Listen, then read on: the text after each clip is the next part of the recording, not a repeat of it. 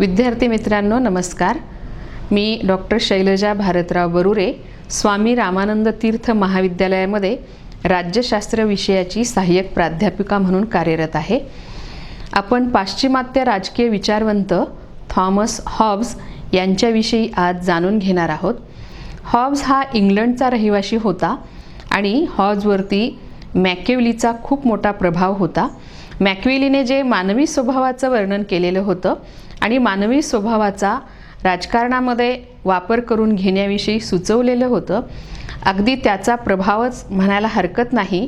परंतु हॉब्सने सुद्धा मानवी स्वभावाचं वर्णन, निसर्गावस्थेचं वर्णन करून सामाजिक करार सिद्धांताची मांडणी केलेली आहे. आपल्याला माहीत आहे की राज्यशास्त्रामध्ये राज्याची निर्मिती कशी झाली हे सांगणारे सिद्धांत आहेत. पहिला सिद्धांत आहे तो म्हणजे दैवी सिद्धांत, ज्याला ईश्वरी सिद्धांत असं सुद्धा म्हटलं जातं. या सिद्धांतानुसार राज्य हे ईश्वराने निर्माण केलेले आहे. राजाच्या आज्ञांचं पालन करणे म्हणजे पुण्य, राजांच्या आज्ञाचं पालन न करणे म्हणजे पाप असं म्हटलं जातं. ईश्वरी सिद्धांताचा राज्यशास्त्रामध्ये सर्वात महत्त्वाचं योगदान जर काय असेल तर यामुळे लोकांना आज्ञापालन करायची सवय लागली. हे ईश्वरी सिद्धांत हा आपल्याला तर्काच्या आधारे किंवा बुद्धिप्रामाण्याच्या आधारे आपल्याला पटू शकत नाही. परंतु थॉमस हॉब्स, लॉक आणि रुसो या विचारवंतांनी मात्र राज्य हे सामाजिक कराराद्वारे निर्माण झालेले आहे.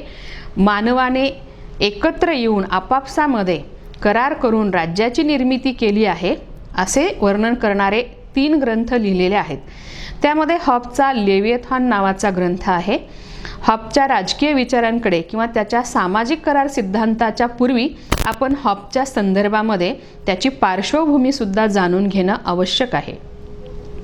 हॉबचा ज्या काळी इंग्लंडमध्ये जन्म झाला त्यानंतर 1640 ते 1688 या दरम्यान हॉबच्या काळामध्ये नागरी युद्धाला सुरुवात झालेली होती. इंग्लंडमध्ये लोकशाही असताना सुद्धा राजा श्रेष्ठ की संसद श्रेष्ठ, अर्थातच राजेशाही श्रेष्ठ की लोकशाही श्रेष्ठ असा वाद निर्माण झालेला होता आणि हॉब्सने अनियंत्रित किंवा अमर्याद राजेशाहीचा पुरस्कार करण्यासाठी लेविएथान नावाच्या ग्रंथाची निर्मिती केलेली आहे. हा हॉब्स लहानपणापासूनच अत्यंत प्रगल्भ बुद्धिमत्ता असणारा विचारवंत होता. वयाच्या 14व्या वर्षीच त्याने लॅटिन आणि ग्रीक भाषेतील अनेक महत्त्वपूर्ण ग्रंथांचं भाषांतर करायला सुरुवात केलेली होती. या हॉब्सचा जन्म 5 एप्रिल 1588 रोजी झालेला होता. त्याला एकूण 92 वर्षाचं आयुष्य लाभलं. हॉब्सने 39 ग्रंथ लिहिल्याची नोंद आहे. त्यामध्येही महत्त्वपूर्ण ग्रंथ म्हणून लेविएथान, एलिमेंट ऑफ लॉ, डी कार्पोरे या ग्रंथांचा उल्लेख केला जातो. राज्यशास्त्राचे अभ्यासक म्हणून लेविएथान या ग्रंथाविषयी आपण जाणून घेऊया. लेविएथान याचा अर्थ मोठा मासा.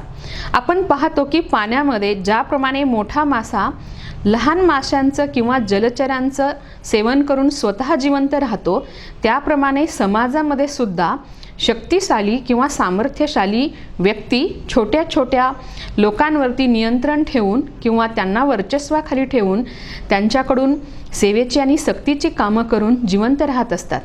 म्हणजेच हॉब्सला मत्स्य न्याय सिद्धांताचं समर्थन करायचं होतं किंवा इंग्लंडमध्ये उद्भवलेली जी परिस्थिती होती त्या परिस्थितीमधून हॉब्सने मार्ग काढण्यासाठी अमर्याद राजेशाहीचा पुरस्कार केलेला आहे.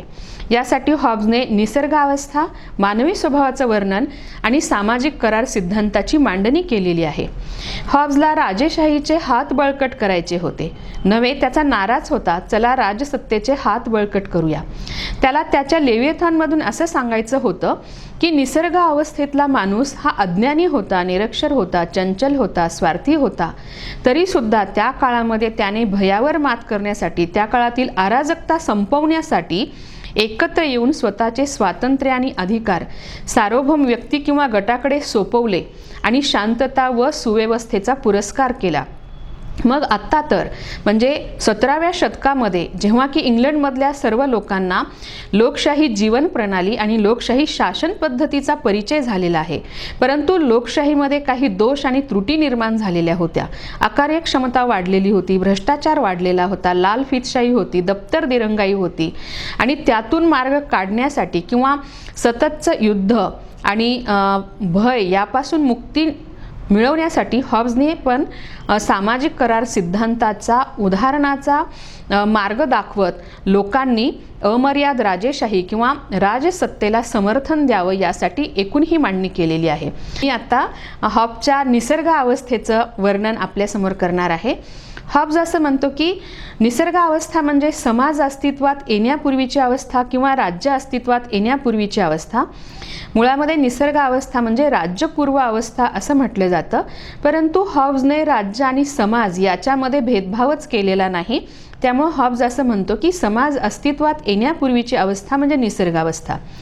ही निसर्ग अवस्था म्हणजे तिथे अराजकता होती, अशांतता होती, गोंधळ होता, संघर्ष होता आणि तिथे हिंसेचा पुरस्कार केला जात होता.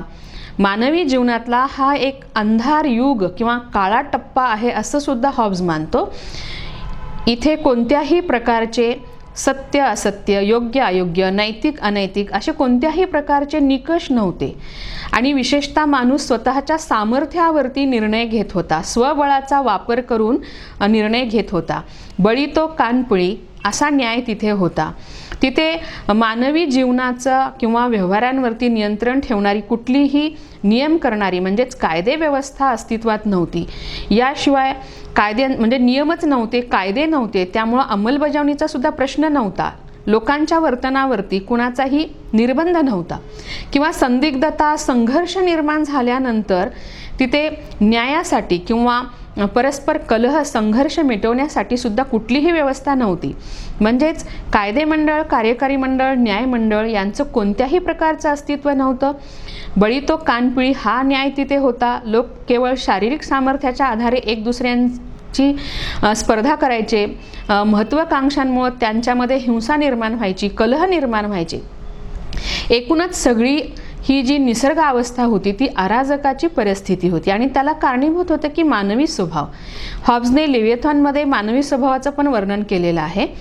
हॉब्सच्या मते माणूस हा चंचल होता, अज्ञानी होता, तो स्वार्थी होता, लोभी होता, क्रूर होता, दुष्ट होता, तो आत्मकेंद्री होता. त्याला सतत स्वतःच्या जीवाची भीती होती. माणूस भित्रा पण होता. आणि हॉब्स असं सांगतो की माणसाला भय आणि प्रेम या दोनच केवळ प्रेरणा होत्या. माणसाला स्वतःच्या जीवाचं संरक्षण करणं आणि त्या काळी म्हणजे निसर्ग अवस्थेमध्ये जी काही संपत्ती किंवा जी काही त्याची साधनं असतील त्यांचं संरक्षण करण्याची भीती होती. या दोनच फक्त प्रेरणा होत्या आणि म्हणून मानवाने एकत्र येऊन सामाजिक करार केला असं म्हटलं आहे. निसर्ग अवस्थेमध्ये 3 कारणांनी परस्परांमध्ये संघर्ष होता.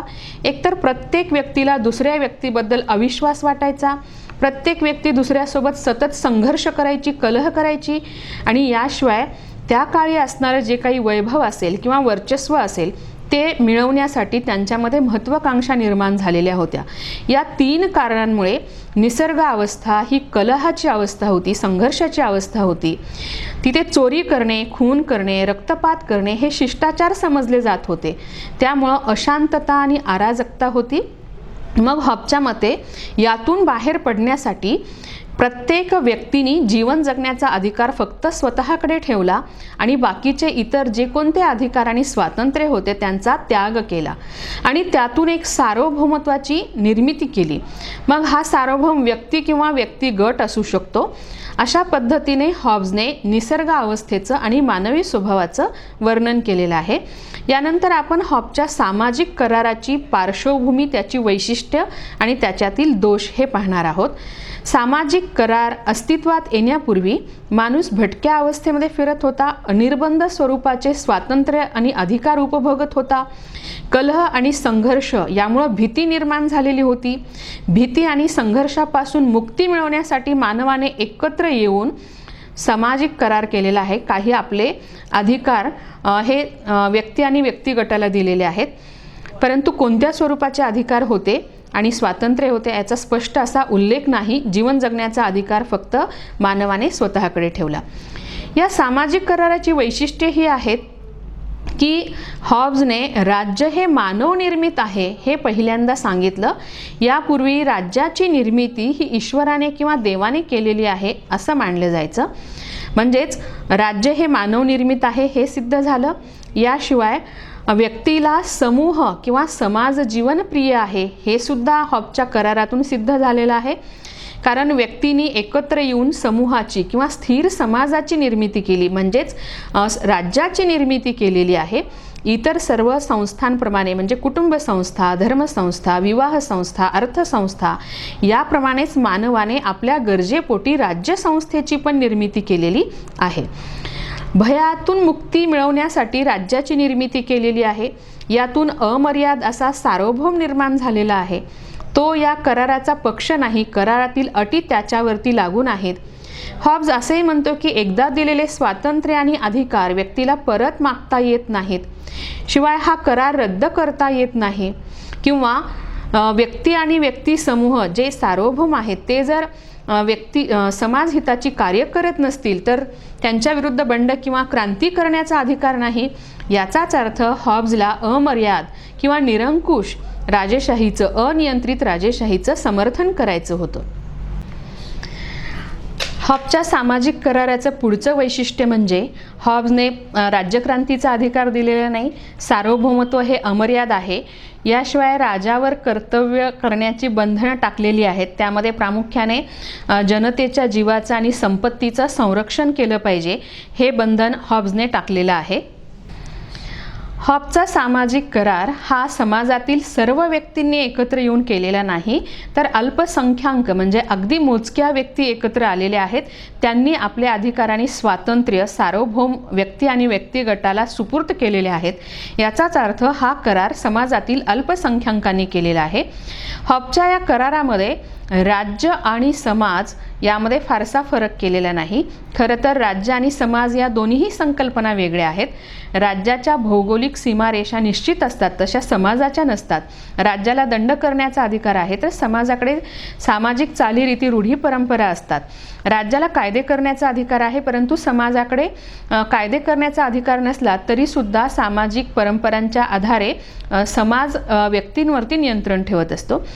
राज्याच्या किंवा राजाच्या आज्ञांचं पालन नाही केलं तर दंड होऊ शकतो, पण सामाजिक रूढी किंवा परंपरा नाही पाळल्या तर सामाजिक बहिष्कार किंवा तत्सम शिक्षा समाज देऊ शकतो.